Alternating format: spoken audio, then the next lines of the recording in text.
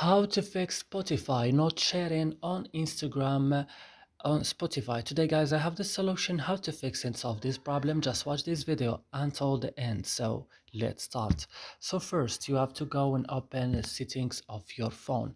Then you have to go directly to apps or application. Then you will find here all the application that you have on your phone. You will search just for Spotify, and when you found Spotify guys, just open it like this.